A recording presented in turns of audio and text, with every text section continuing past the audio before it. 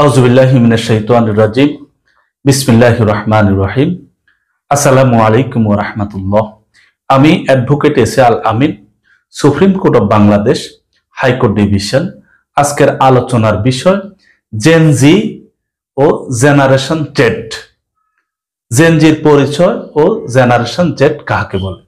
সময়ের সাথে সাথে প্রযুক্তিগত বিকাশ হয়েছে, সেই সাথে সময় বেঁধে বিদ্যমান প্রযুক্তিক জ্ঞান নিয়ে বেড়ে উঠেছে এক একটি প্রজন্ম। প্রযুক্তিক বিকাশের নিরিখেই সর্বশেষ প্রজন্ম হচ্ছে জেনজি বা জেনারেশন জেড।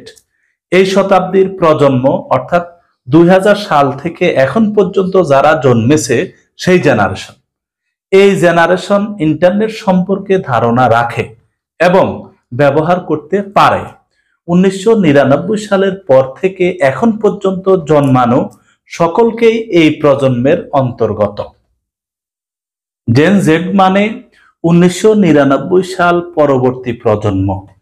প্রযুক্তির উন্নয়নে ইন্টারনেটের সাহায্যে তথ্য প্রাপ্তি এবং যোগাযোগের ক্ষেত্রে সুবিধা পাওয়া প্রথম প্রজন্ম। এরা জন্মের পর থেকে ইন্টারনেট সম্পর্কে ধারণা রাখে এবং এর ব্যবহারে অভ্যস্ত। ইংলিশ ডেফিনিশন, অক্সফোর্ড ডিকশনারি অনুযায়ী, those who are born from 2000 to now are regarded as being familiar with the internet. Generation Z এর মতো জন্মানোর সময়কালের সঙ্গে প্রযুক্তির জ্ঞানের সম্পর্কের ভিত্তিতে আরো দুটি জেনারেশন বিদ্যমান, জেনারেশন এক্স অ্যান্ড ওয়াই। ধন্যবাদ।